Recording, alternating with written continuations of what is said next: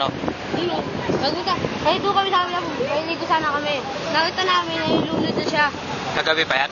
Hindi pa yan, kanina. Dahil dyan nakagad dyan sa malalim mo. Sa lunod, siya bumulay mo. Ay, buhay pa kanina yan? Oo. Nasaan siya kanina? Dahil doon kami pupunta namin dito. Nalulunod na siya. Oh? Ilan ang peso ka eh?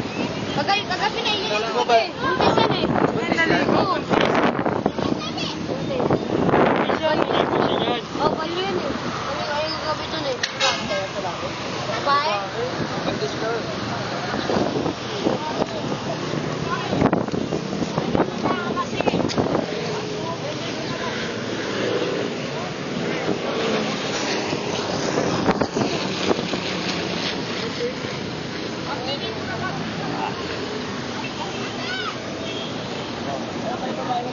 Oh, lalay ba? Baka